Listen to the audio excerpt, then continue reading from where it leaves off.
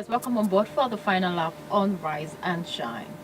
Yes, welcome to the interview segment on Rise and Shine. Yesterday was Workers' Day, the 1st of May. We call it May Day for workers and every worker. Of course, when you work, you deserve to be paid. And there are several issues surrounding the Nigerian worker today. So we're looking at the plight of the Nigerian worker today on Rise and Shine for this morning. It is common knowledge that Nigerian workers are in their straits from being denied their pay as and when due, and a lot of other things, the increase in electricity tariff, issues that they have to really put up with in the face of the national dwindling economy. So what is the fate of the Nigerian worker? In fact, they are even pushing for an increase in their pay, their minimum wage, from 18,000 naira, which is not coming regularly, to about 56,000 naira. In fact, in some northern states of the Federation, they are pushing for as high as 100,000 naira. Is this feasible? Welcome once again to Rise and Shine this morning, where we're looking at the plight of the Nigerian worker. And joining us in the studio to analyze this topic with us this morning is Tolu Fagbure. He's a consultant, an entertainer, and of course, an entrepreneur, majorly consultant, of course, an industry watcher, someone who keeps tab with developments, monitor trends and developments in the nation. Of course, we're looking at this together. Welcome to Rise and Shine this morning, Tolu Fagbure. Thank you. Good morning. Good morning to everyone listening out there. You having a blissful morning. It's great to have you here. Well, I know you can really help us with the adjectives to qualify the situation of the country at the moment. What can you say about the nation at the moment before we go to who really is a worker? Well, frankly speaking, I don't think that Nigeria has ever been so hopeless. So to speak, in a manner of speaking, well, I am of the school of thoughts that this nation has a lot of potential, has a lot of very good people, has a lot of money. Yes, a lot of money, going by the fact that a couple of people in government, a couple of people have been valued and their assets has been quite huge. Okay, their valuation has been very huge, coupled with the number of trillions and millions and billions of naira and dollars that has been recovered from, looting, booty. I think the nation has a lot of promises, but the only thing that this nation lacks is a good system, a workable system. We have all the ingredients of a big nation, of a wonderful nation. We have one of the, possibly the warmest people in the world. We have some of the most intelligent people in the world. We have one of the best breeds of well-trained politicians, yes, in the world. We have ideologists, we have realists, we have socialists, we have capitalists, we have a potpourri of so many things to make us a nation, but we are lacking a pedestal to put all of those things on, which is a good system. Okay, and that is what is wrong with the nation. Okay, and straight to my first question for you. Who is a worker? It's simple now. Anybody who works. Is a worker. As long as you're picking pay and anything on the road, are you also a worker? Well,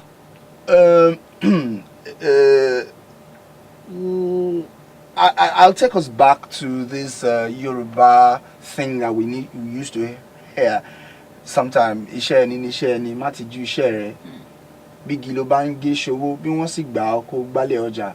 Bí ìránṣẹ́ ló sì jẹ́ lábẹ́ ìjọba, iṣẹ́ ẹni ni iṣẹ́ ẹni. Iṣẹ́ kìí pani, àìṣe rẹ̀ làbùkù. That is, whether you are a cleaner, whether you are a driver, whether you pick up refuse or any wastes and you sell, as long as you have something that you wake up, you do, and it is routine. Okay, when it becomes a ritual, you must wake up to do this thing, and you expect, even if it's not bringing the best of incomes to you, but that's a source of livelihood to you, you are a worker. Now, this is where we now bring in the class to it. Are you a self-employed worker or are you an employed worker? Okay, so when you're self-employed, that means you own your work. Okay, but when you are employed, that means you, well, I wouldn't want to say your work owns you or your employer owns you, but well, in a manner of speaking. So there is a self-employed worker and there is the employed worker. I think in this case, what we want to really look out for is the employed worker. And I want to also say that whatever happens to the employed worker happens to the employed worker happens to the self-employed worker, because I say in my small organizations that I have created, when I write my profile, one of our core values in my own business model is that my first clients are my staff, because the way you treat your staff is the way your staff will treat your customer. So I'm saying that your staff, with your worker, should treat your clients right. So it goes without saying that as an employer, you need to treat your workers right. And that's why you talk about HMOs, that's why you talk about bonuses, that's why you talk about trainings and all that, because that's why you talk about workplace respect. That's why you talk about no harassment, conducive working environment. These are all things you want to put in place for clients. Okay, you want to make your service delivery or product, easily accessible and, penetrable to the client. Therefore, you need to make your worker, your staff, feel all those things, and this is what he carries on to the client. So a worker is anybody who works somewhere. Once you have a job description somewhere and you don't own the business, so you're a worker. Okay. Yeah, talking about productivity now, you mentioned some things that should be put in place for an average worker to function effectively, which helps productivity definitely at the long run. Talking about productivity, we had a caller this morning on our paper review who said they had a meeting with the governor of the state of Osun yesterday, and he said their workers, the workers are unproductive and redundant. Well, referring now to the civil service. Yes, please. What can you say about this? Okay.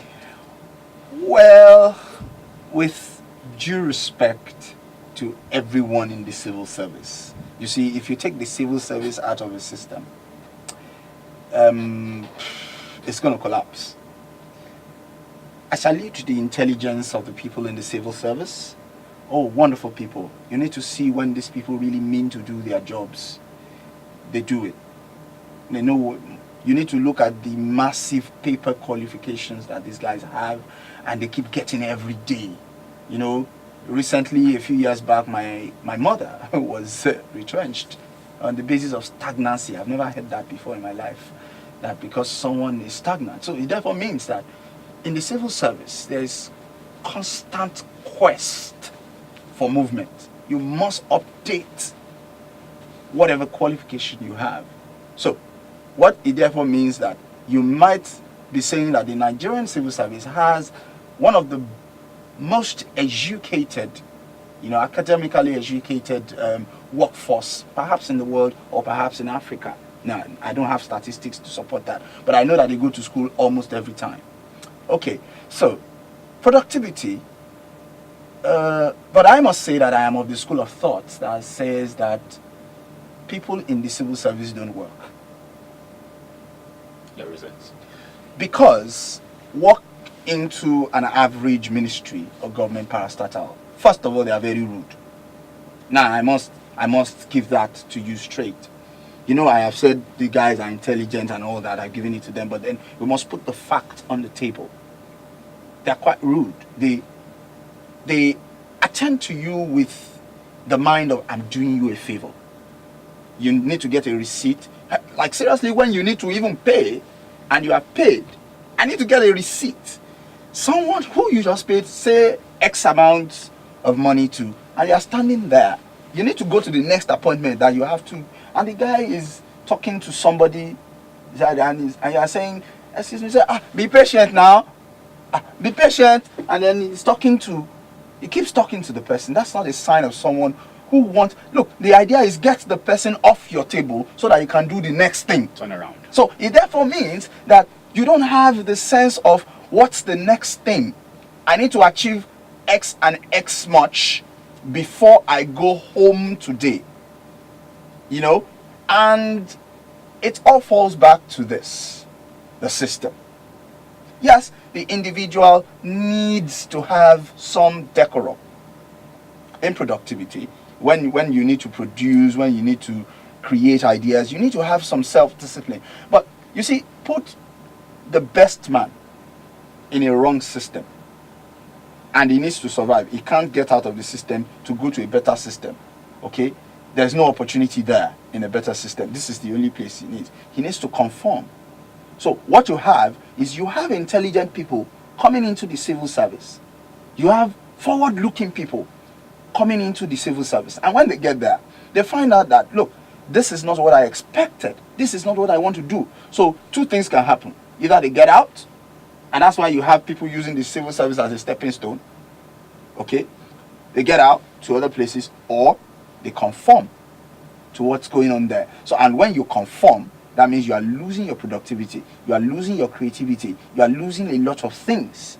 And that's why the ministries are not working. Because if the ministries are not working, if the ministries are working, you would see that people, I've worked with some NGOs, I've worked with some organizations in reproductive health, and I've had reasons to work with the Ministry of Health, Ministry of Education, and so on and so forth. And wow, the speed, sometimes when letters go there, you have to wait for weeks. You have to call and call. You know, it's like, okay, you send something to the ministry, you have to call, you have to follow up. There's no sense. I used to have an HOD in my department. I went to the Department of Theatre at UI, and I was the PRO of a student organization there, the departmental organization. And I knew that when I took if I want my HOD to attend to my letters, okay, I take it there at 8 a.m. in the morning, very early, or I take it there a day before. I know that the first thing he does when he walks into his office is he attends to his meals. After his tea, he attends to his meals. So if I take a letter in at 8 and he walks in at 8:15, I'm going back there at 8:30, my letter will be out. He's dealing with his in tray and his out tray straight away. He's dealing with all those things. There's no sense, that sense of urgency is not there. So people are not thinking. Now, it is not that they are not intelligent. They went to school. You need to see these people. They do their own businesses. So what they do is put the energy in their business, which also comes to the fact that the system is not working well. Okay, that brings me to this question now. You've talked about the productivity and that there's no work in the ministry. Now, or is it that there's no work in the ministry? There's a work in the ministry, but people are not just doing it. Yeah, people are not just doing it. There is work in the ministry. There is a lot of things in the ministry. And now, please, let me say that out of the 100%, you have the 2% or the 3% who really want to do their work. Okay. But they're frustrated.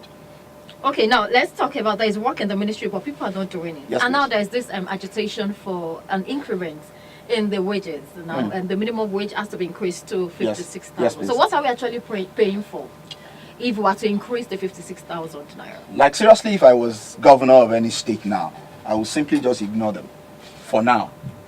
Okay, why? Because I think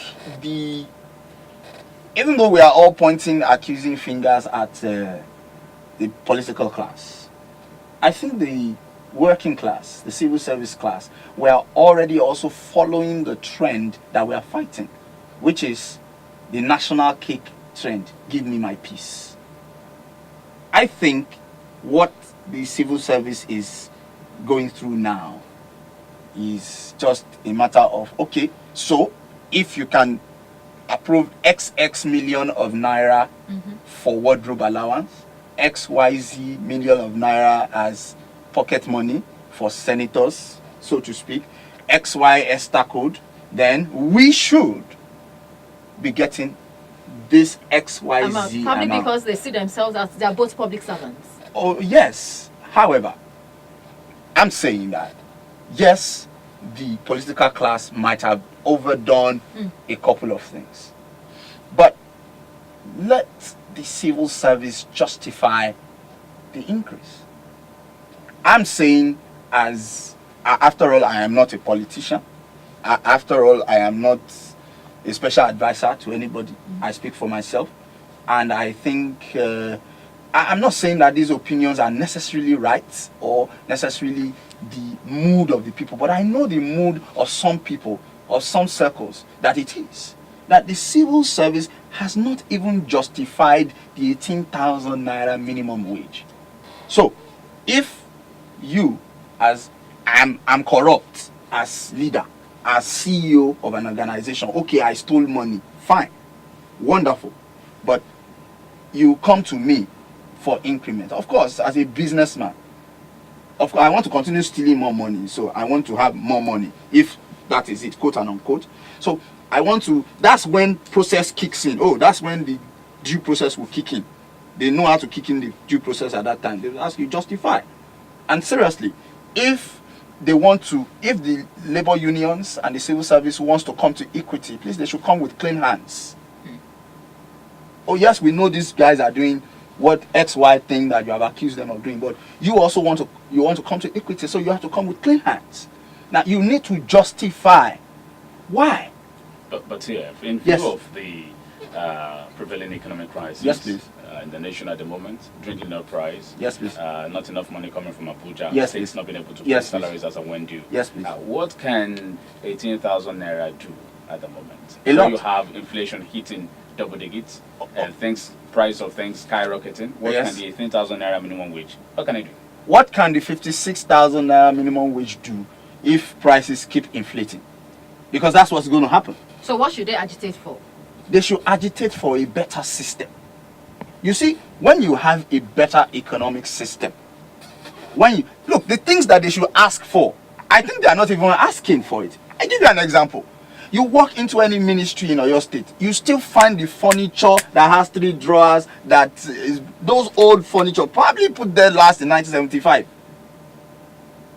And you walk into any big Oga's office and you find this big desk like that, and then it's peeling at one side, it's peeling at the other side, and then when there is no light, they throw open the windows and they are fanning themselves. Some people have job descriptions, have job title, and they don't have a workspace. They don't have desks. So they will gallivant up and down the ministry from 8 a.m. to 4 p.m. Now, those are conditions that I think that the labor union should agitate for. Look, you see, come to the private sector. It's not when you see that somebody is well paid. It's not about only his basic salary. He has a basic salary, but he has emolument. He has health insurance. Okay, the organization says, okay, if you spend about, your insurance will cover you if you are ill, you and your family, if you don't spend above, say, 30,000 naira per month, and you go to hospital bill, you go to the hospital, you get ill, and once it's 30,000, we pay. But once it's 35,000, we pay 30,000, you pay 5,000. Now, those are benefits. Okay, once you have spent XYZ amount of years, okay, you are entitled to 1, 2, 3, 4, 5, 6, 7, 8 things. You know, when you are entitled to a desk, you are entitled to a computer, you are entitled to, like, ministries don't have internet facilities. Where do they get the information from? How do they learn? You know, they don't organize trainings. These guys need to go and look for trainings themselves and pay themselves. Some of them get sacked because they don't get trained. Now, it is an employer's responsibility. Of course, it is your responsibility as an employee to develop yourself further in your career, but it's an employer's responsibility to update the knowledge of your employee. Now, these are things they should be clamoring for. Now, if they clamor for all these benefits, emoluments, it helps to cushion whatever it is from the basic salary.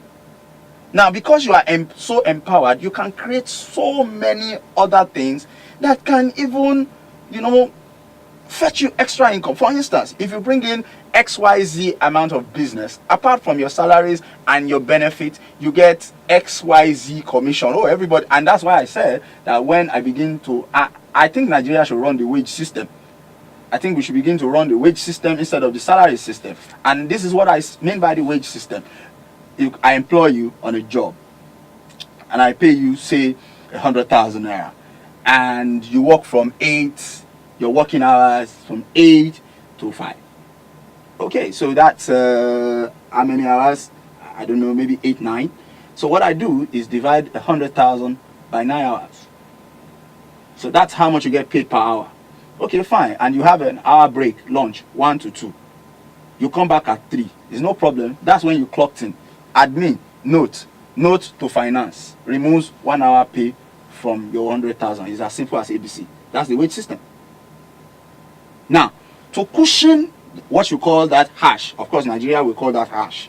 So to cushion it, so if you already have 100,000, you give good. So you bring in a business, normally you bring in 500,000. So I give you a target of 1.5 million. So if you are able to bring in a business of say 1.5 million, I'll give you 20% plus your salary. Now, you see, so if I take away 2 hours pay because you came late to work and you arrived late, 1 hour late after lunch, I'll take 2 hours pay from your money, definitely. So I'll save my overhead. But then I'll cushion it if you bring business and you get 20%. You see, these are, and then I cushion it with health insurance, I cushion it with car allowance or car loan, or I buy you a car, I pay 50%, and we put a plan for paying 50%. Those are things. But I think the country should run the wage system instead of the salary system. I think that will put workers on their toes. And if you work overtime, your working hours is 8 to 5. Now, because we have been able to break it down to amounts per hour, so when you work overtime, say, oh, okay, you go home at 9 and you clock out. Admin, note to finance. Because admin will note your clock and note to finance that instead of closing at 5, you close at 9. That's 4 hours extra. So you get 4 hours extra pay that month. That is if that's the only 4 hours that you spend. So you see, even though you are late and I removed it, you get it. So it keeps rolling over. And your overhead is saved and everybody is happy. But what we are doing is ogata. Oh, well, Okay, and here is a country where we agitate that our salaries are not being paid, but no one talks about work not being done. Yes, exactly. That's what I say. People want benefits, but they don't. They don't know that benefits come with responsibility. I used to say something. I saw this thing somewhere, and it has become my mantra. I said we all pray for showers of blessings, and we forget that when the rain comes, you have to deal with the mud too. So if you don't want to deal with the mud, deal with the dust. So you can't eat your cake and have it. It's either you deal with the mud or you deal with the dust. You have to choose which one to deal with. Okay, I tell people that, okay, as an albino, I like to walk in the rain. They say, how can somebody like to walk in the rain? I say, when I don't like walking in the sun, why will I not like walking in the rain? Okay.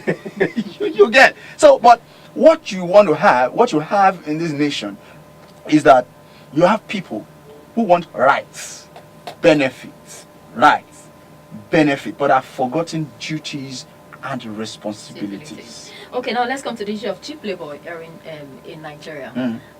People get less for what they do. I don't agree. Why did you say that? I have gotten job offers. Oh, okay, I decided not to work for anybody. Okay. Because I don't have the temperament to work for people. I can work for you as a consultant. Of course, I will have clients. I don't have a choice but to develop a temperament that will work with clients, lest I want to go hungry. So I can work with you as a consultant, part-time, quickly get out of there. But as a long-term employer, we are going to fight. You know why? Because the African culture supports absoluteness of the boss. That's the culture, whether you like it or not. And it's also in the labor law. The employer can fire you for no reason. Your whatever has been terminated, and that's it. Now, I got some jobs and I felt, okay, I don't want to do this. He's asked me to come and do MC for 50,000 naira. Something I should collect 150.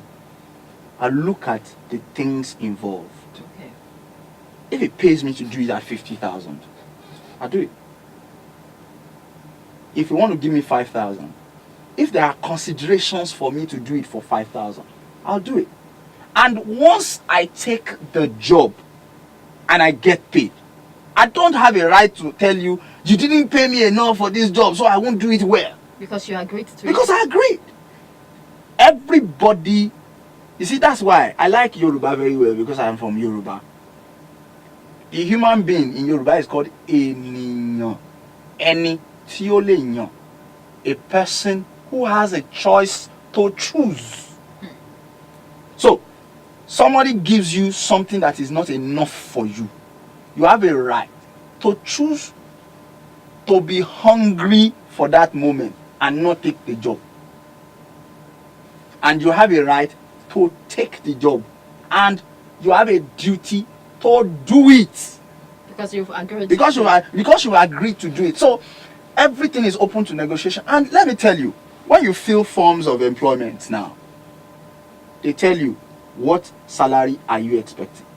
At interview panels, they ask you what remuneration are you expecting. You go into any of the civil service or government parastatals, you have an idea of what the minimum salary is. You are not living on Mars, and you are not living on Neptune. You are not living in the sun or on the moon. You are living in Nigeria. So you have an idea of what your life looks like. You have an idea of what the hazards of the job are before you take it. If you don't, then you don't have anybody to blame but yourself. Well, I think you're also talking about the allegation of foreigners who are in Nigeria who've come here to do business. Yes. And how they shortchange Nigerians. They just pay them. And the working conditions in most of these foreigners' firms are not so conducive for Nigerians to work. It's done by Nigerians. Let me tell you something. Let me be very frank with you. When a foreigner comes into this nation, I will go back to the Nigerian proverb again, the Yoruba proverb. Àlejò lè mọ bí tí wọ́n sick wọ́n afọ́jú sí. Can a guest, you have a blind man in the family and he dies, and you bury him in the land. Can a guest come and say, this is where you buried that blind man that died last year? Without the insider. Without the insider telling him. Okay? So, and a foreigner cannot just fly into Nigeria and decide this is how I want to pay you. He's going to find out. Of course, before they flew, they have done their feasibility study. And excuse me, these guys are businessmen. It's a capitalist society as it is now. So, first thing in the mind of a capitalist is reduce overhead. And that's why they are using... Nigeria is way back. In fact, most of the jobs that people are doing is robots. Look at this radio studio now, for instance. Many years ago, for this program, you would probably have 5-10 people working this studio to make this program go on. Somebody will be sorting out records, somebody will be playing it, somebody will bring, a lot of things. Look at what it's reduced to. Okay? It is a capitalist thing. It's because technology is evolving. So, a foreigner wants to come into your country to earn foreign exchange. He wants to make gains. So he comes and asks you who live here, what's the best way that I can make gains?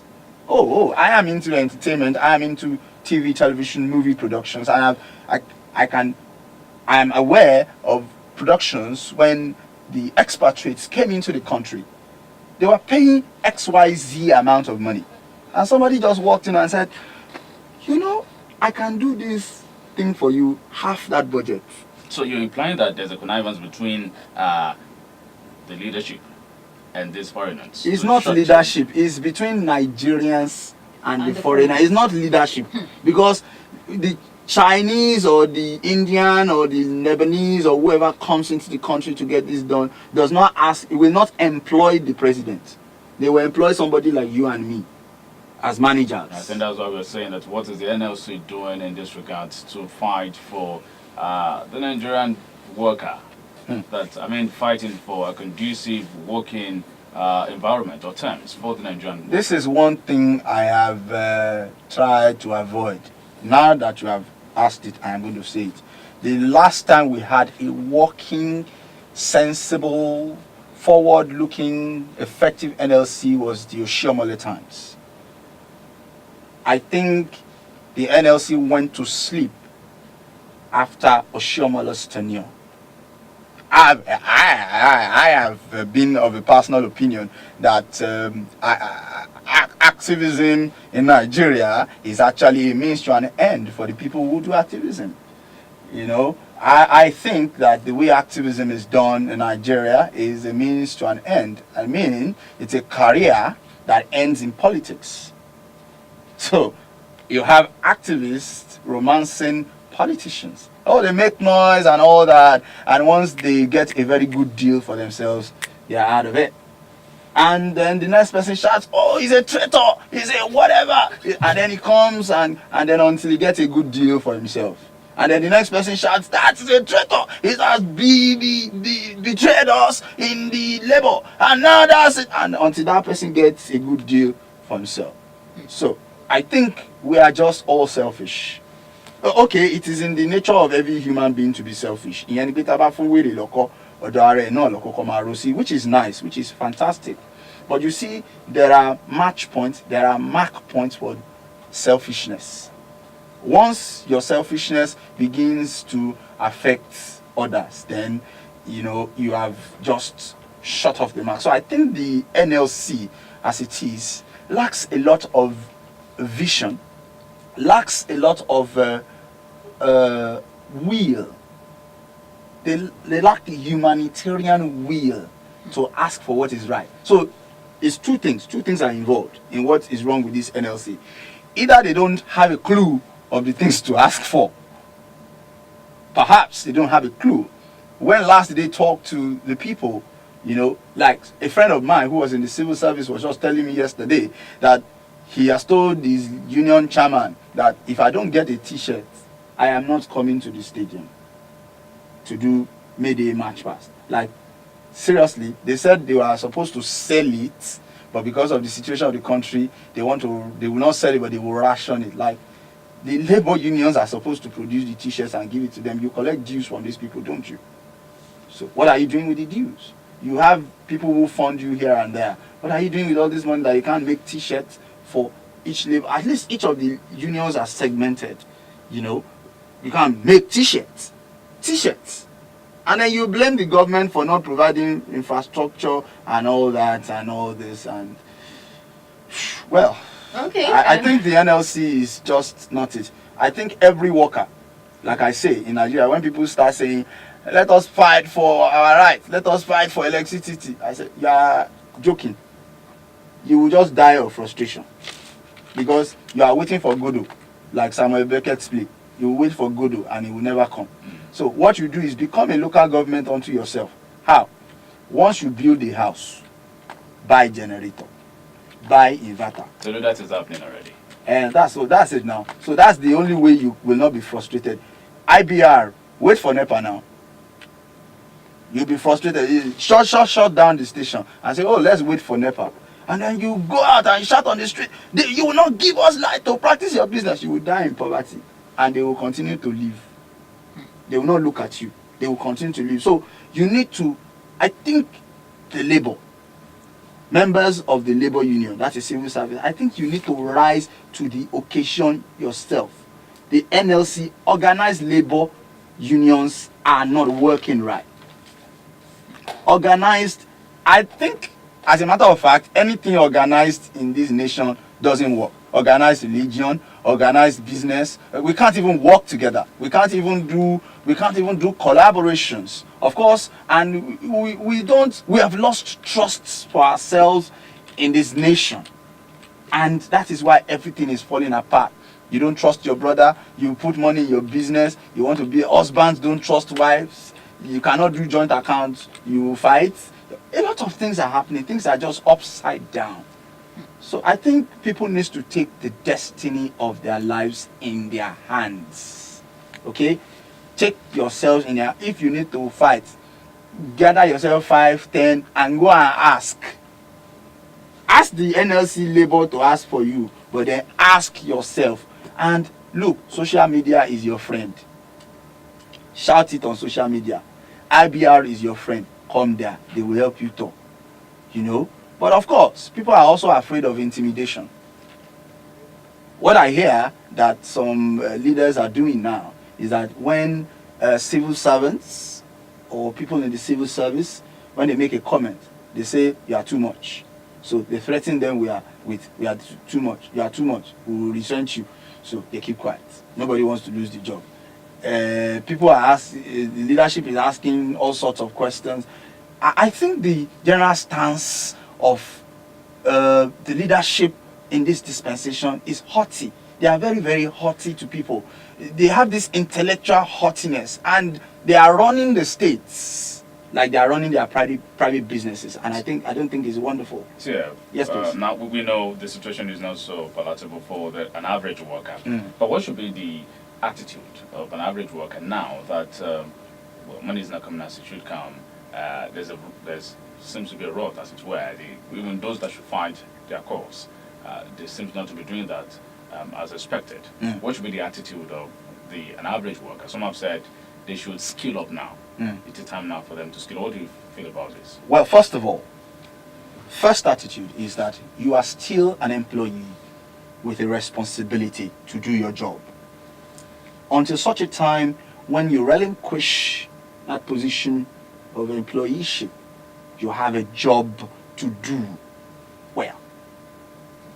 So do your job well, because this is what they are doing now. They are not paying us, so they are using that as an excuse for their ineptitude. You have a job. Do your job well. When you do your job well, and you cry out when you are marginalized, the world will rise with you. Maybe not the whole world. Maybe out of 100%, 20% will rise with you.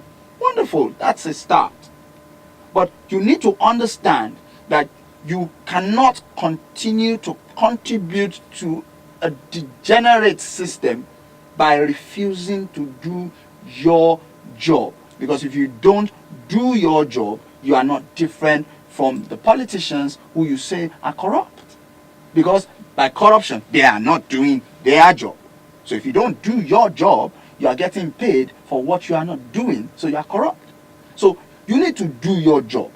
And if you feel that you cannot continue not to receive pay and do your job, then get out of the job. Resign from the job. Then look for alternatives for yourself. But if you are not going to do that, then do your job. I'm not going to say do things and get distracted from your job. But I'm going to say, Boba Kojusi Okota, Boba Kensi Okota, Boba Kuwonikan, Kutirare. But that is when when things affect you, you know, you need to sort out yourself. Everywhere in the world, people have 2, 3, 4, 5, 6 sources of income, no matter how little it is, and they sort themselves out. I think in Nigeria we have a system of O and B. You just spoke about the attitude of the worker. Yes, please. Now, yes. Do your job. Yes. And do it well. Do your job and do it well. Okay, but well, states, should the federal government regulate the payment of a minimum wage for states, knowing full well that some states are more viable than others? Well, like I said, I think we have lost the sense of collaboration. Okay? I think what should happen is that if something, before the federal government sets laws, you know, and that is going to be workable nationally, they need to come to a round table of discussions with the people concerned. You can't just sit somewhere and make a rule. If it doesn't work for me, I'm going to revolt. So you need to look at, okay, what is, because there's something I used to hear that a chain is as strong as its weakest point. So you need to know who is the weakest. What is the level and the extent to which that weakest link in your state chain can take. And then when you come to that discussion, then you can set it because based on that. I asked it because the NSA is saying, now time is fast spent, the NSA is saying no state or federation should dare object their demand. Maybe they have insider information of some of the states, or probably a large chunk of the states in Nigeria can pay the 56,000 minimum wage. Just maybe. Here is something that I really don't like about unions, is you can't say you shouldn't dare. And that's why I said activism in this country, things are done haywire. It's not everything you do with confrontation. Okay, but Edo State is settling for 25,000 naira. Wonderful. That's somebody who is, look, I can't pay 56,000, but let me give you something better. Okay, that's the response. That's how to respond. That's how to be responsible government. And then how can you be responsible as agitators? Is to come to a point of discussion. You don't say don't dare. Come on, excuse me. Okay, because time is fast spent. It's already 5 minutes to 10, and we have to wrap up the program. Yes, please. So Tolu, in a few words, just say something concerning workers in Nigeria. Well, I think Nigerian workers are intelligent. I think they are educated. But I think we need to develop the attitude of what if this was mine? How would I run it? The sense of ownership. Yes. And I think also employers should also develop a sense of responsibility that your first client is your employee. Do unto the employee what you would do to your client. Simple. Okay, many thanks for joining us on Rise and Shine. Today, Tolu Fagbore, the second day in the month of May 2016.